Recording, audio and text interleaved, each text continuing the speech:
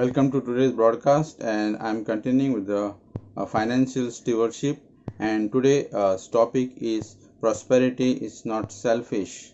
The reason I say the prosperity is not selfish, just imagine if you have a lot of resources, then you could be a blessing in the life of so many people. आज के परमेश्वर के सुसमाचार में मैं आपका स्वागत करता हूं और मैं आज वित्तीय भंडारीकरण पे आपके साथ परमेश्वर के वचन को बांटने जा रहा हूं। और आज का मेरा विषय है कि समृद्धि जो है वो स्वार्थी नहीं है, क्योंकि मैं आपसे इसलिए ऐसा कहना चाहता हूं कि अगर आपके पास समृद्धि होती बहुतायत में, तो आप कितने लोगों के लिए एक आशीष का कारण बन सकते हैं। आमीन। Amen. So, prosperity is good, and I believe it's awesome. मुझे लगता है कि जो समृद्धि है वो अच्छी है और अच्छे से भी बहुत उत्तम है। Now, in the Gospel of Matthew, chapter 25, verse 15, Jesus explains about the master. और परमेश्वर के सुसमाचार में मत्ती अध्याय 25 और 12वां वचन में परमेश्वर इस बारे में हमसे बताते हैं। The master who gave the 5, 2, and 1 talent as per their capability. और उसमें एक मालिक के बारे में बताया गया है जिसने अपने सभी काम करने वालों को उनकी योग्यता के अनुसार उनको अधिकार दिया। Amen. आमीन। So the servant who has entrusted with 5 and 2 talent added more talent. और जितने भी उनके जो सेवक थे जिनको उस मालिक ने 5 और 2 टैलेंट दिए, उन्होंने उसको दुगना करके उसके पास में दिया। Amen. आमीन। And when master rewarded them with more. और जो उनके मालिक थे उन्होंने अपने सेवकों को उससे भी अधिक बढ़कर इनाम दिया। So whereas the servant with the 1 talent, जबकि वो जो सेवक था जिसके पास में एक ही टैलेंट था, he hid the talent in the earth. और उसने उस अपने टैलेंट को पृथ्वी के अंदर दबा दिया। So he could not benefit anything. और उसको उससे कोई भी फायदा नहीं हुआ। Result no gain. और उसको उससे कुछ भी लाभ नहीं हुआ। Now the Lord expect us to do something with what He has trusted us. और परमेश्वर ऐसा चाहता है कि उसने जो भी हमें योग्यता दी है या जो भी टैलेंट्स दिए हैं, हम उससे कुछ भी करके दिखाएं। The God is a God of multiplication. हमारा जो परमेश्वर है वो बढ़ा चढ़ा के हमें देने वाला परमेश्वर है। God wants to increase resources He is given to us. परमेश्वर ने हमें जो भी साधन दिए हैं, परमेश्वर की ऐसी इच्छा है कि वो उन साधनों को बढ़ाए हमारे जीवन में। Now Jesus is talking about the stewardship. और जो प्रभु यीशु मसीह है वो भंडारीकरण के बारे में हमसे बात करते हैं।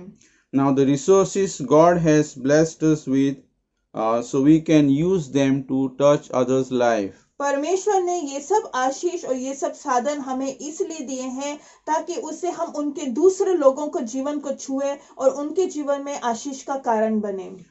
Now in the Gospel of Matthew chapter 25 verse 35 and 36.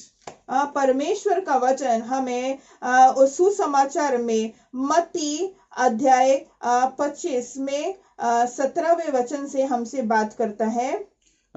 Jesus says, "What you have done to my brethren, done to me." और परमेश्वर हमसे बोलते, प्रभु यीशु मसीह बोलते हैं कि जैसा तुम मेरे भाई बहनों के साथ कर रहे हो वैसा ही तुम मेरे साथ करोगे। Amen. आमीन। And to do all the work of the ministry, we need money. और ये जितना भी परमेश्वर का हम कार्य करते हैं, परमेश्वर को वचन को बांटने का कार्य होता है, उसमें हमें जो धन की जरूरत होती है। Without money, we cannot do any of this ministry work. बिना धन के हम परमेश्वर के कार्य को आगे नहीं बढ़ा सकते हैं। If you want to feed the hungry, अगर आपने भूखों को खाना देना चाहते हैं, if you want to clothe the naked, अगर आप जिनके पास कपड़े नहीं उन्हें कपड़े देना चाहते हैं, and if you want to visit the prisoners in prison, अगर आप में जेल में रहे हुए कैदियों को सुसमाचार सुनाना चाहते हैं, so Jesus is telling us in Matthew chapter 25 verse 41 and 46. इसलिए प्रभु यीशु मसीह हमें मत्ती अध्याय 25 में वचन 41 से 46 में बताते हैं, Jesus saying says who never clothe the naked, परमेश्वर प्रभु यीशु मसीह हमसे कहते हैं कि जिसने कभी भी जिसको कपड़े चाहिए थे नहीं कपड़े दिए, तो who does not take care of the sick people, जो भी बीमारों की सेवा नहीं करता, or who feed the hungry, और जो भूखों को खाना देते हैं, doesn't really know me, जो ये सब काम नहीं करते हैं वो मुझे नहीं जानते हैं, and they will be casted into the everlasting fire. और जो लोग ये काम नहीं करेंगे उन्हें मैं हमेशा के अंधकार में उन्हें फेंक दिया जाएगा. And these are the very strong words that many people don't want to hear them. और ये बहुत ही कठोर वचन है जिन्हें बहुत सारे लोग नहीं सुनना चाहते. It is the part of the stewardship. ये भंडारीकरण का एक भाग है. And many people are not willing to give control over their finances. और बहुत सारे ऐसे लोग हैं जो नहीं देना चाहते हैं, वो अपने पैसों पे अपना अधिकार जमाए रखना चाहते हैं. The word talent, जो शब्द है टैलेंट यहाँ पे, it talks about money वो पैसों के बारे में बात करता and है, not any spiritual gift. वो किसी भी आत्मिक गिफ्ट के बारे में या दान के बारे में नहीं बोलता है. So many people think that prosperity is selfish. और बहुत लोगों को लगता है कि समृद्धि जो है वो एक समृद्धि जो है वो सेल्फिश है. Amen. Amen. So many people say they are satisfied with what they have. और बहुत सारे लोगों को लगता है कि उनके पास जो भी है वो उससे वो संतुष्ट है, And they don't want any more. और उन्हें और कुछ भी नहीं चाहिए. And some of the people they say, और बहुत सारे लोग ऐसा कहते हैं, as long my needs are met, जब तक मेरी जरूरतें पूरी हो रही हैं, I don't need more. मुझे और भी ज्यादा किसी चीज की जरूरत नहीं है. What about everyone else? और बाकी लोगों का क्या होगा? So when you have an excess money, जब आपके पास ज्यादा पैसा होता है, you could be a blessings to those who in need. आप ऐसे लोगों के जीवन में एक आशीर्वाद का कारण बन सकते हैं जो कि जरूरत में है. Amen. आमीन. So without extra money, बिना ज्यादा पैसे के you are limited in your ability to give. आप अपनी योग्यता में कम पड़ जाएंगे, एक सीमित में रहेंगे जिससे आप लोगों की मदद कर सकें. Amen. आमीन. So it is better to prosper तो ये अच्छा है कि हम समृद्ध बने and to increase your finances, और हमारा जो धन है वो बढ़े. not for yourself, ये सिर्फ आपके लिए नहीं है, but you could be a blessing to someone else. ये इसके लिए है ताकि आप दूसरे लोगों के जीवन में आशीष का कारण बन The सके. prosperity is not all about you. जो समृद्धि है वो सिर्फ आप ही के लिए नहीं है. God trusts us with resources परमेश्वर हमें साधन देता है so that we could be a blessing to other people. ताकि हम दूसरों के जीवन में आशीष का कारण बन सके. So prosperity is not selfish. तो जो समृद्धि है वो स्वार्थी नहीं है. Amen. आमीन. So when you see God as your source and treat the money जब आप परमेश्वर को आपके पैसों का स्रोत समझते हैं, उस तरह से आप धन को देखते हैं, God gives you resources to be stewarded. तो परमेश्वर आपको ऐसे साधन देता है जिससे आप उनके भंडारी बने. It is godly to prosper. तो ये परमेश्वर की इच्छा है कि हम समृद्ध बने. Amen. आमीन.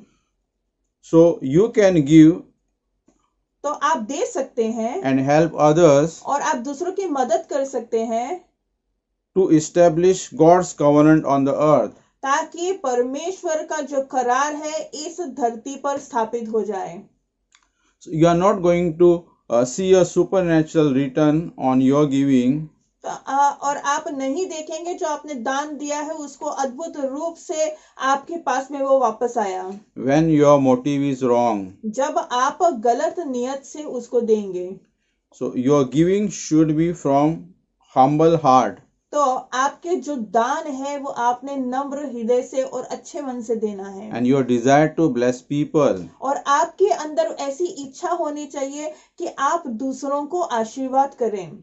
Giving with the wrong heart has no benefit. अगर आप गलत नियत से और गलत मन से किसी को दान देंगे तो उससे आपको कोई भी फायदा नहीं होगा। Now the Saint Paul says the same thing in 1 Corinthians chapter 13 verse 3. तो जो संत पौलुस हैं वो यही हमें बताते हैं कोरिन्थियन के तीसरे अध्याय में 13वां वचन में, And thou I bestow all my goods to feed the poor, and thou I give my body to be burned, and have not charity, it profiteth me nothing. तो परमेश्वर का वचन हमें बोलता है अध्याय 13 वचन 3 कोरिन्थियन में। हम इस वचन को यहाँ पे सुनेंगे। परमेश्वर का वचन पहला कोरिन्थियन 13 अध्याय और 3 वचन हमसे कहता है, यदि मैं अपनी संपूर्ण संपत्ति कंगालों को खिला दूं या अपनी देह जलाने के लिए दे दूं और प्रेम ना रखूं तो मुझे कुछ भी लाभ नहीं। Amen. आमीन। So it's profiteth nothing. तो इससे हमें कोई भी लाभ नहीं होने वाला। So faith worketh by love. तो जो हमारा विश्वास है वो प्यार के द्वारा काम करता है। And again in 1 Timothy chapter 6 verse 6 to 12 we say, तो परमेश्वर के वचन को हम आगे देखेंगे पहला तिमोथियों में अध्याय 6 में 6 से 12 तक। But godliness with contentment is great gain, for we brought nothing into this world, and it is certain we can carry nothing out. And having food and raiment, let us be therewith content. But that will be a rich fall into temptation and a snare, and into many foolish and hurtful lusts, which drown men in a destruction and perdition. For the love of money is the root of all evil, which while some coveted after, they have erred from the faith, and pierced themselves through with many sorrows. But thou, O man of God, flee these things and follow after righteousness, godliness, faith, love, patience, meekness. Fight the good fight of faith. Lay hold on eternal life, whereunto thou art also called, and hast professed a good profession before many witnesses. आमीन। परमेश्वर का वचन पहला तिमोथियो अध्याय 6 से 12 में कहता है, पर संतोष रहित भक्ति बड़ी कमाई है, क्योंकि ना हम जगत में कुछ लाए हैं और ना कुछ ले जा सकते हैं। यदि हमारे पास खाने और पहनने को हो तो इन्हीं पर संतोष करना चाहिए। पर जो धनी होना चाहते हैं वे ऐसी परीक्षा और फंदे और बहुत सी व्यर्थ और हानिकारक लालसाओं में फंसते हैं, जो मनुष्यों को बिगाड़ देती है और विनाश के समुद्र में डुबा देती है। क्योंकि रुपये का लोभ सब प्रकार की बुराइयों की जड़ है, जिसे प्राप्त करने का प्रयत्न करते हुए बहुतों ने विश्वास से भटक कर अपने आप को नाना प्रकार के दुखों से छलनी बना लिया है। पर हे परमेश्वर के जन, तू इन बातों से भाग और धर्म और भक्ति, विश्वास, प्रेम, धीरज और नम्रता का पीछा कर। विश्वास की अच्छी कुश्ती लड़ और उस अनंत जीवन को धर ले जिसके लिए तू बुलाया गया और बहुत से गवाहों के सामने अच्छा अंगीकार किया था। आमीन। Amen. So love of money is root of evil. तो परमेश्वर का वचन कहता है कि पैसे का प्यार सभी बुराइयों की जड़ है, And not the money. लेकिन पैसा बुराइयों की जड़ नहीं है। And money is not a problem. तो पैसा परेशानी नहीं है, But the attitude of the people towards money. तो लोग पैसे की तरफ अपना कैसा रवैया करते हैं वो परेशानी का कारण है। And loving God doesn't mean that you have to be poor. तो परमेश्वर से प्यार करने का अर्थ यह नहीं है कि आपको गरीब होना पड़ेगा। So having money doesn't mean you are ungodly. तो अगर आपके पास पैसा है तो इसका मतलब ये नहीं है कि आप परमेश्वर को मानने वाले नहीं हैं।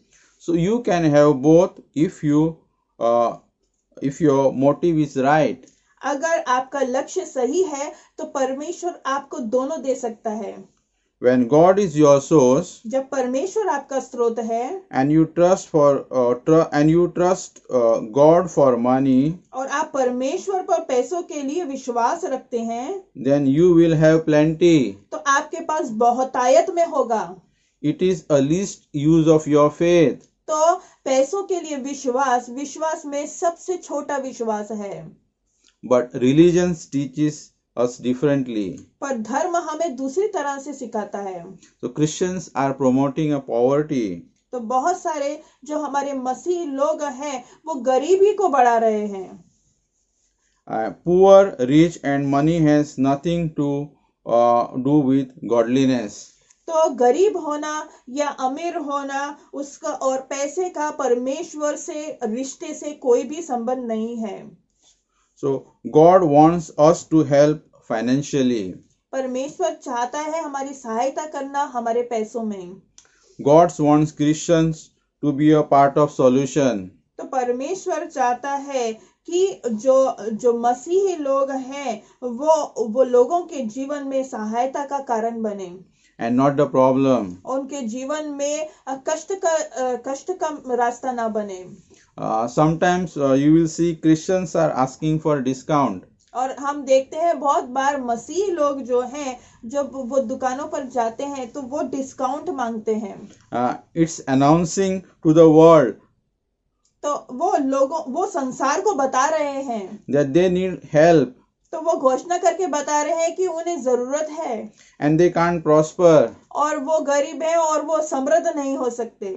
But the word of God says, पर परमेश्वर का वचन हमें बोलता है, Psalm 37:25, परमेश्वर का वचन भजन संहिता 37 वचन 25 हमसे कहता है, I have been young and now I am old, yet I have not seen the righteous forsaken, nor his seed begging bread. Amen. आमीन। मैं लड़कपन से लेकर बुढ़ापे तक देखता आया हूँ, परंतु ना तो कभी धर्मी को त्यागा हुआ और ना उसके वंश को टुकड़े मांगते देखा है। आमीन। Amen. So, biblical prosperity is not selfish. तो परमेश्वर के वचन में जो समृद्धि के बारे में बताया गया है वो स्वार्थी नहीं है। It's not about personal needs. तो वो हमारी खुद की जरूरतों के लिए नहीं है। It's about blessing others. वो इसलिए हमारे पास है ताकि हम दूसरों के जीवन में आशीर्वाद का कारण बने। Prosperity is about giving. तो समृद्धि का मतलब है कि हम दूसरों को दें। And when you have this attitude, और जब आप इस तरह से सोचना शुरू करेंगे, God will get money to you. और परमेश्वर तब आपके पास में धन को लेके आएगा। And there will be a plenty left over for you. और आपके पास बहुत सारा बच जाएगा। The key is having right motivation. तो जो इसका सही अर्थ है कि आपका लक्ष्य सही होना चाहिए। And seeking God first. तो आपने पहले परमेश्वर को पहले ढूंढना है। And when you do that, और जब आप ऐसा करेंगे and you put yourself in a position to receive God's supernatural flow, और तब आप उस स्थान पर जाएंगे कि आप अद्भुत रूप से परमेश्वर के दिए हुए समृद्धि को ले सकें।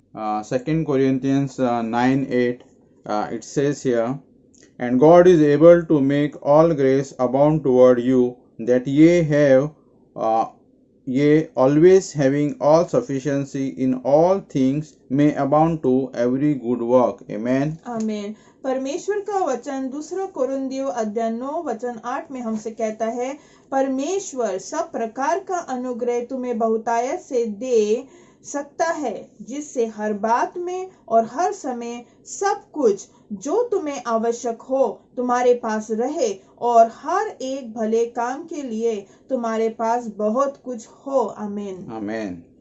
The reason God causes His grace to abound toward us परमेश्वर हमारे ऊपर अपना अनुग्रह इसलिए देना चाहता है, so that we will be able to abound unto every good work. ताकि हम हर एक भरे कार्य के लिए हमारे पास भरपूर मात्रा में हो। Now the real prosperity is how much we give. तो जो सच्ची समृद्धि है वो इस बात में है कि हम कितना कुछ दे सकते हैं, And not how much you keep for yourself. नहीं कि हम कितना कुछ हमारे पास ही रखें। Many people, they look good on paper. बहुत सारे लोग जो हैं वो कागज पर ही अच्छे लगते हैं। They have a big houses. उनके पास बड़े बड़े घर हैं, They get the fancy things. उनके पास बहुत कीमती वस्तुएं हैं, And they have a lot of money in the investment. और उन्होंने बहुत जगह पे बहुत सारा पैसा जो है वो इन्वेस्ट किया हुआ है, And their money is tied up. और उनका जो पैसा है वो जकड़ा हुआ है। Now some of our brothers and sisters, they were asking us about our account. They want to help our ministry. तो बहुत सारे ऐसे भाई और बहन हमें मिले जिन्होंने हमसे हमारा अकाउंट डिटेल मांगा, और वो कहने लगे कि वो हमारे परमेश्वर के कार्य में हमारी सहायता करेंगे। They want to help us financially. वो चाहते थे कि वो पैसे से हमारी मदद करें, They want to help our ministry. वो हमारी सेवकाई में हमारी सहायता करना चाहते थे, But they could not give पर वो दे नहीं सके because their money is tied up. क्योंकि उनका पैसा जकड़ा हुआ है, Not free to give. और उनमें आजादी नहीं है कि वो किसी को स्वतंत्रता से दे सके, And those people are not prosperous. और ऐसे लोग समृद्ध नहीं हैं। And the true prosperity is about giving. पर जो सच्ची समृद्धि है वो देने में है, And the ability to abound to every good work. सच्ची समृद्धि वह है कि हम हर एक अच्छे काम के लिए दे सकें। Amen. आमीन। It is not determined by the size of your house. और ये सच्ची समृद्धि इससे नहीं पता चलती कि आपका घर कितना बड़ा है, What car you drive. कितनी अच्छी गाड़ी आप चला लेते हैं, What jewelry you have. और कितने गहने हैं आपके पास में, And how expensive clothes you are wearing. और आप कितने महंगे महंगे कपड़े पहनते हैं। So, brothers and sisters, I want to remind you, the prosperity is not selfish. When you are prosperous and when you have so many resources, you could be a blessing in the life of so many people, so many of your brothers and sisters, those in need. तो मेरे भाई और बहनों, मैं आपको ये बात याद दिलाना चाहता हूँ कि जो समृद्धि है वो बुरी बात नहीं है, वो स्वार्थी नहीं है, क्योंकि जब आपके पास में बहुतायत में होगा तो आप ऐसे बहुत सारे लोगों के जीवन में दान को दे सकते हैं, एक आशीष को बन सकते हैं बहुत सारे लोगों के जीवन में। So I'm sure you have been blessed by this teaching, and until we meet again, I will continue the same series. So God loves you and we love you, and remember, Jesus is Lord.